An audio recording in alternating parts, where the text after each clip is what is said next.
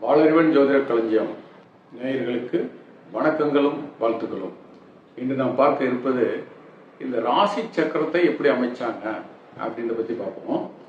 வானத்தில் பார்த்தோம்னா நம்ம சொல்லியிருக்க மாதிரி ஒரு முழுமையான ஆடு உருவம் தெரியாது மேஷத்துக்கு, ஒரு காளை மாட்டிற்கு, அதாவது ரிஷப ராசிக்கு காளை மாடு. எந்த ராசியையும் நம்ம வெறுக்கண்ணில் பார்த்து அதற்கு கொடுக்கப்பட்ட உருவத்தை கண்டிப்பாக பார்க்க முடியாது. ஏன்னா அங்கங்கே நட்சத்திரம் தான் இருக்கும். அதை ஒன்றிணைத்தாதான் அது உரைகளாக தெரியும். அது பேர் பல உடுக்களை உடுமகாதசைன்னு கேள்விப்பட்டிருப்போம். சொல்லும்போது சொல்லியிருப்பாங்க உடுமகா தசை, விம்சோத்திரி தசை அப்படின்னா நட்சத்திரங்கள் அடிப்படையில் தசை அப்படின்னு சொல்றது தான். உடு என்றால் பல நட்சத்திரம் ஒன்று தனியாக இருந்ததுன்னா நட்சத்திரம், ஒன்றும் அது உடு. பல உடுக்களை ஒன்று சேர்த்தால் அது உடுகை, அதுதான் ஓரை அப்படின்னு ஆனது. அதை ஆங்கிலத்தில் கான்ஸ்டலேஷன் அப்படிம்பாங்க. அதுதான் பின்னாடி ராசின்னு சொன்னது. அதாவது ராத்திரியில பார்க்கும்போது ராத்திரியில சித்திரம் வரைந்தால் போல இருந்தது. அதான் ரா சித்திரம் தான் ராசி அப்படின்றது. நட்சத்திரங்களுக்கு நல் சித்திரம், நல்ல சித்திரம் வரைஞ்ச மாதிரி இருக்கும். நைட்ல இரவுல பார்க்கும்போது சந்திரன் உதயமாகிறதுக்கு முன்னாடி பார்த்தோம்னா வானம் நல்லா அழகா சித்திரம் வரைந்தா போல ஒவ்வொன்றும் இருக்கதா ஒரு கற்பனையில பார்த்தாங்க. தனித்தனியா புள்ளி புள்ளி அங்கங்க நட்சத்திரம் இருக்கும், அவ்வளவுதான். அதை பார்த்து நம்ம இன்னைக்கு யாரும் இதை சொல்ல முடியாது. இந்த ராசி சக்கரம் அமைந்த விதமே நம்மளுடைய ஆளுமைகள், அதாவது இந்த ஒரு குறிப்பிட்ட காலத்திலிருந்து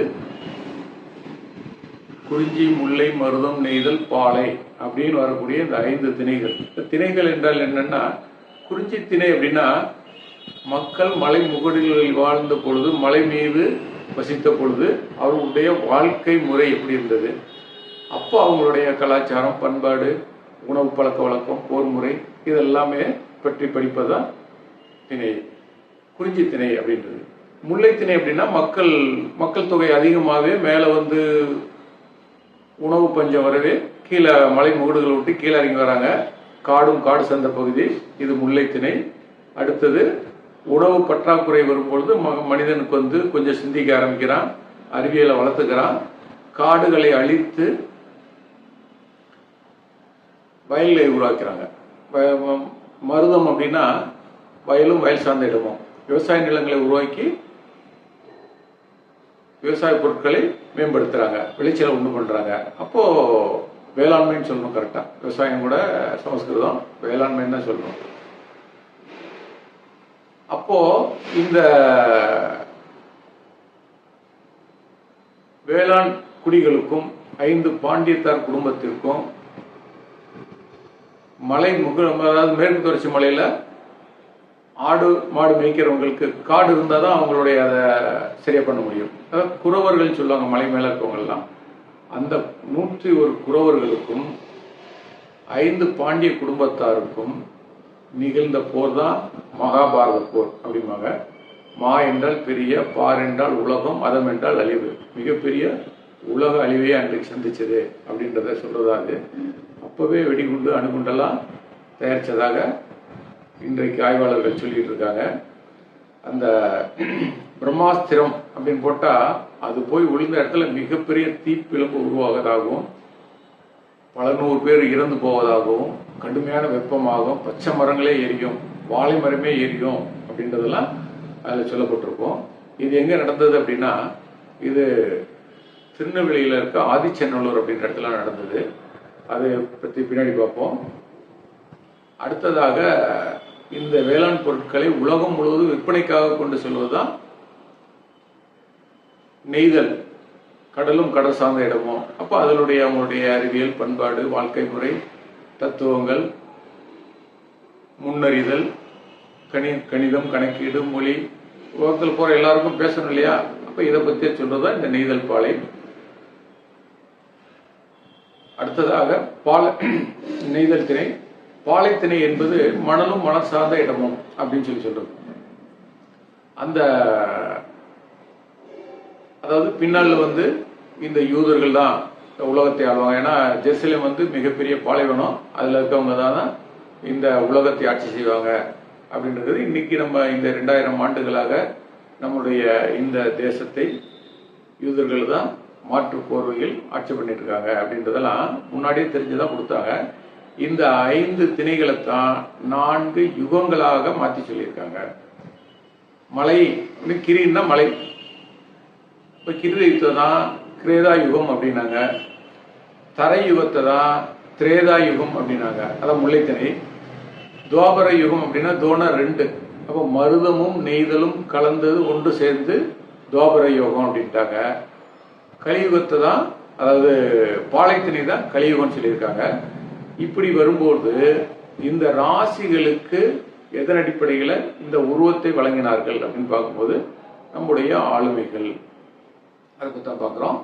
போகலாம்.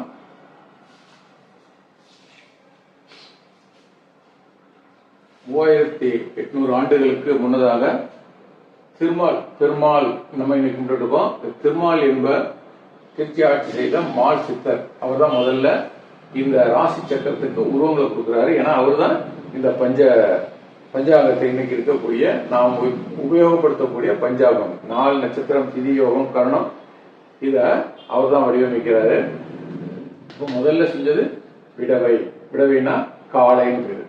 அப்ப சிவனின் அடையாளமாக அவர் தான் முதல் சித்தர், நம்ம பாரத நாட்டுடைய முதல் சித்தர் அப்படிங்கிறதுனால இதுக்கு காளை அடையாளமாக கொடுத்து இல்ல முதல் ராசியா வைக்கிறாங்க. அப்போ அவருடைய காலத்துல இன்னைக்கு சொல்லி இருக்கக்கூடிய இந்த மேசராசி தான் காலபுருஷ தத்துவத்தின் முதல் ராசி அப்படின்னு சொல்றோம். இது அன்றைக்கு இருந்தது இந்த ராசி. அது முடிஞ்சு வரும்போது அடுத்த ராசி தான் வரும் சொல்லி முடிவு பண்ணாரு. அதான் அன்றைக்கு முதலில் உருவாக்கப்பட்டது. இது பாத்தீங்கன்னா இதுக்கு முன்னோட்டமாக, இதுக்கு முன்னாடி இந்த வீடியோ பார்க்கறதுக்கு முன்னாடி ஒரு வானத்துல நட்சத்திர மண்டலம் எப்படி இருக்கிறத பற்றி போடுவோம். அதை பார்த்துக்கிட்டு கம்பேர் பண்ணி பாருங்க. இது ரிஷபம் முதல் ராசி, இது சிவனுக்கானது. இது அடுத்த ஆளுமையான முருகனுக்கானது, இதுதான் மேசம். இது பேர் பொறை, விடவை பொறை. அடுத்தது கயல் அப்படின்றது. இது முருகனுக்கானது. அதனாலதான் அவனுடைய வாகனமான ஆடு கொடுத்திருக்கப்பட்டிருக்குது. இப்படி பாத்தீங்கன்னா இந்த மேச ராசிக்கு இப்படிதான் இருக்கும். இப்படிதான் இருக்கும். இது ஒரு கோடு இப்படி போட்டு இப்படிதான் இருக்கும். இதை பார்த்தா ஆடு மாதிரி தெரியுதா? தெரியாது. இந்த ரிஷபராசிக்கு பாத்தீங்கன்னா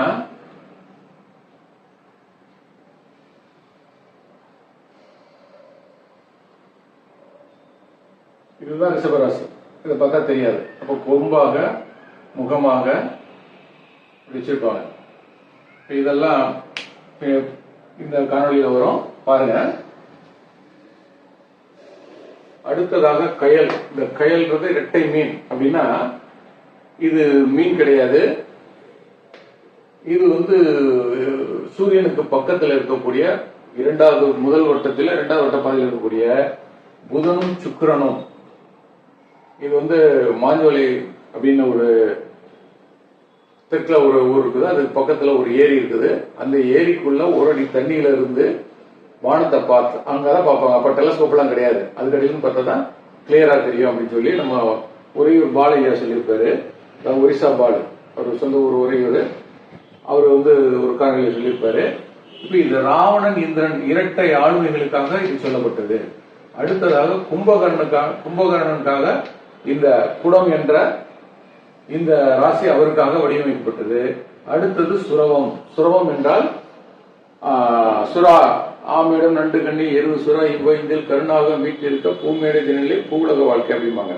அப்ப என்ன அர்த்தம்னா இது ஒரு பார்க்கும்போது ஒரு சுறா மீன் மேல சுறா மீன் போல ஒரு தோட்டம் அளிக்கும் அப்படிம்பாங்க. இது கிருஷ்ணனுக்காக வடிவமைக்கப்பட்டது. ஏன்னா இந்த ராசியை பார்த்தீங்கன்னா தலை மாடாவும் பின்பகுதி ஒரு மீனாகவும் வடிவமைச்சிருப்பாங்க. அப்ப முதல்ல ஒரு 11,000 ஆடுகளை மேற்கு தொடர்ச்சி மலை ஒட்டி, அதாவது இன்னைக்கு இருக்கக்கூடிய ராஜபாளையத்திலிருந்து திண்டுக்கல் வரைக்கும் அவருடைய பகுதி 11,000 29,000 மாடுகள் வச்சிருந்ததாக ஒரு கணக்கீடு இருக்குது. அதுதான் 29 கன்னியர்களுடன் அவர் சந்தோஷமா இருந்தாங்கன்னு சொல்லி மாற்றி சொல்லுவாங்க. அப்போ அந்த போர், இந்த கிருஷ்ணன் தான் இந்த மகாபாரத போரை வல்லமையாக நடத்த முடிச்சவர். போருக்கு பின் இந்த யூதர்கள் உள்ள வரக்கூடாது. ராமாயண காலத்துல யூதர்கள் அவங்கதான் வந்து இந்த போர் நடந்தது, உள்ள வரக்கூடாதுன்றதுக்காக நம்ம கொச்சி துறைமுக முகசரி அப்படிம்பாங்க.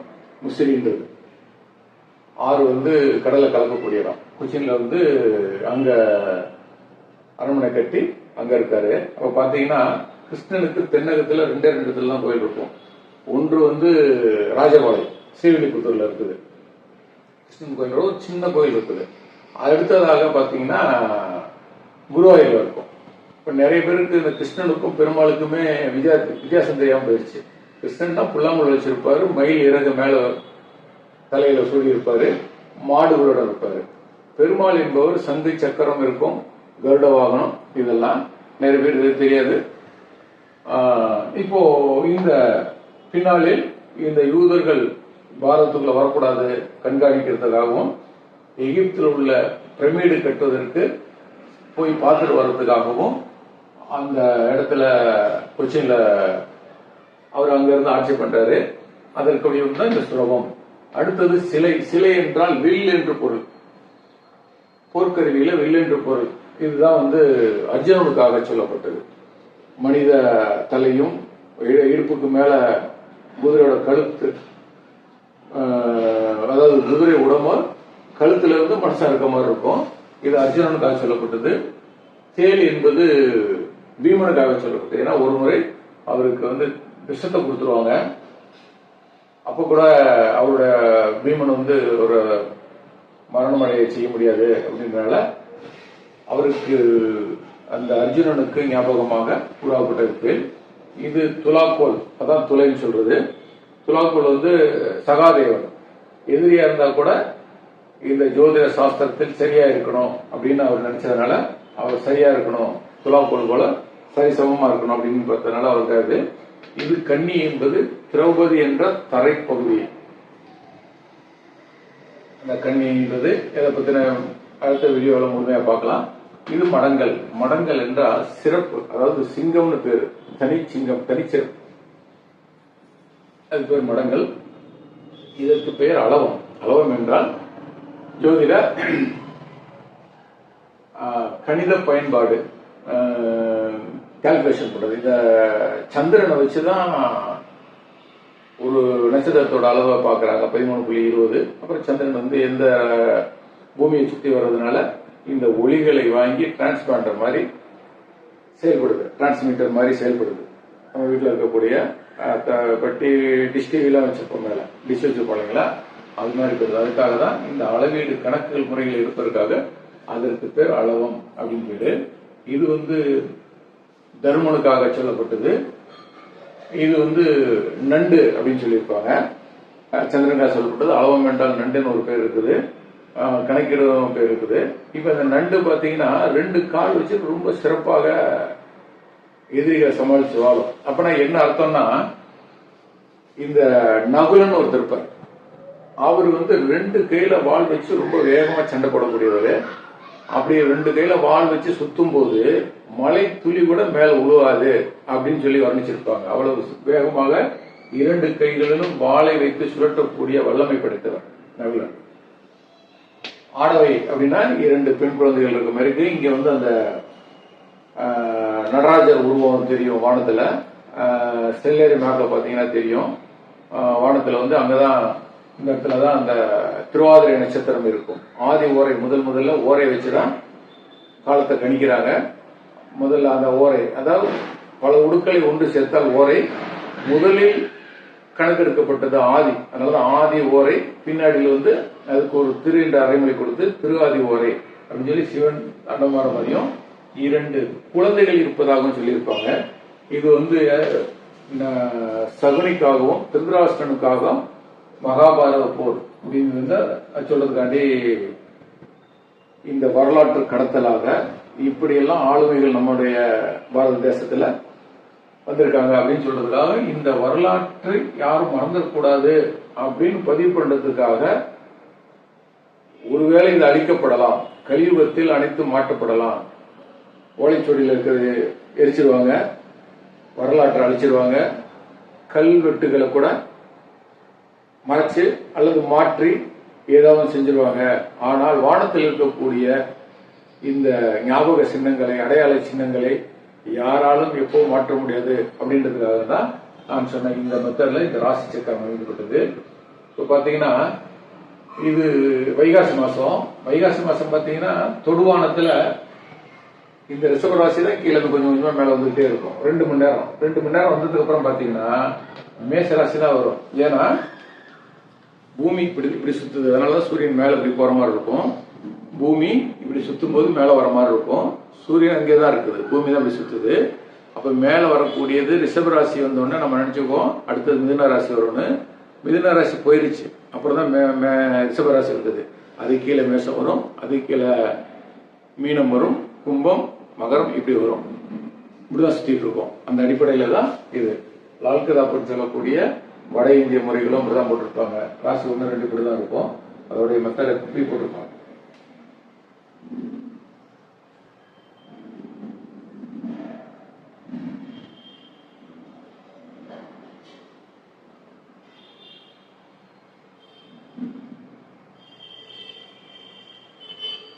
ராசி போடுவாங்க அவங்களுக்கு. அதே மாதிரி பார்த்தீங்கன்னா இது மேற்கத்திய முறை. 1, 2, 3 இப்படி வரும். எடுத்துட்டு பின்னாடி பார்ப்போம்.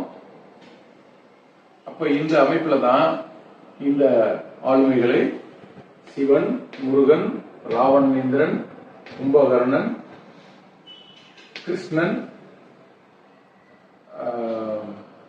இது வந்துட்டு அர்ஜுனன், பீமன், சகாதேவன், திரௌபதி, தருமன், நகுலன், திருதராஷ்டிரன் மற்றும் சகுனி இவர்களுக்காக இந்த ஆளுமைகளுக்காக இது உருவாக்கப்பட்டது. இது பின்னால சில அரசியல் காரணங்களுக்காக வேறு விதமாக மாற்றப்பட்டிருக்குது. இந்த வீடியோல முதல்ல இந்த ஓரைகள், வானத்தில் இருக்கக்கூடிய ஓரைகள் எதன் அடிப்படையில் எப்படி இருக்குன்றதை பற்றி போடுவோம். இது போன்ற இந்த ஜோதிடம் சார்ந்த, ஜோதிடத்தில் கவனிக்கப்படாத இன்னும் நிறைய விஷயங்களை வீடியோ போடுவோம். சப்ஸ்கிரைப் பண்ணாதவங்க சப்ஸ்கிரைப் பண்ணி பாருங்க. இதில் சந்தேகம் இருப்பவங்க கமெண்ட்ல சொல்லுங்க, கமெண்ட்ல கேளுங்க, அதுக்கான விளக்கம் சொல்லலாம். நன்றி, வணக்கம்.